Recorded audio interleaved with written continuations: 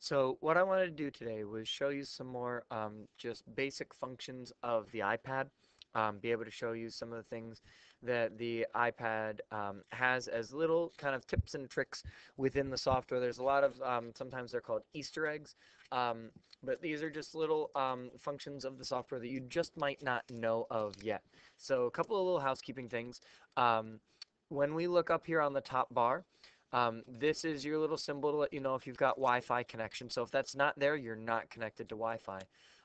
You've got your time up here.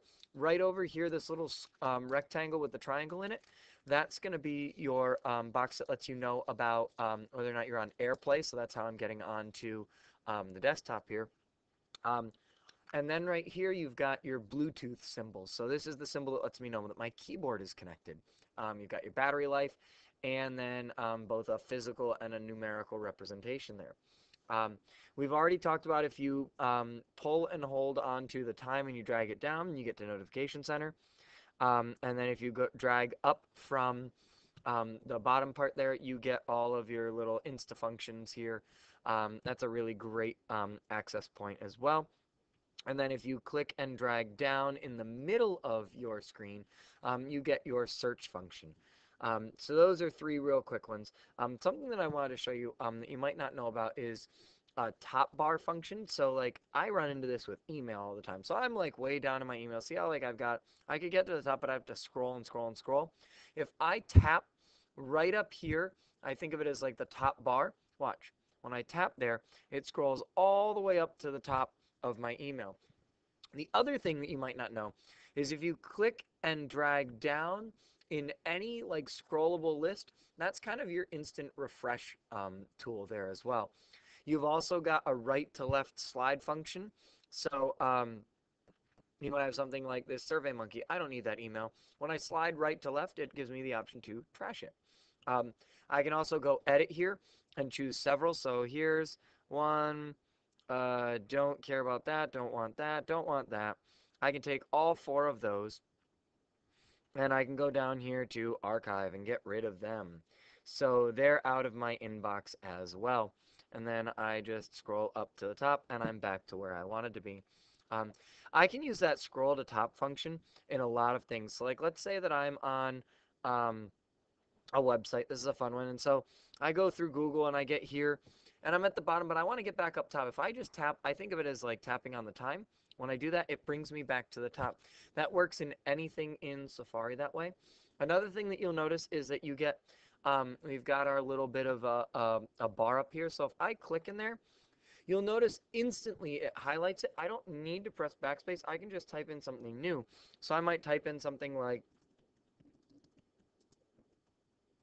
Boston Red Sox World Series champions. And then I can go. And if I don't want that, I can just click again and then once I type, you'll see that it replaces. Um, so that's an easy way. A lot of people think they have to go and backspace and backspace and backspace and they don't have to. Um, and so that's a really easy way to be able to use some functions of Safari.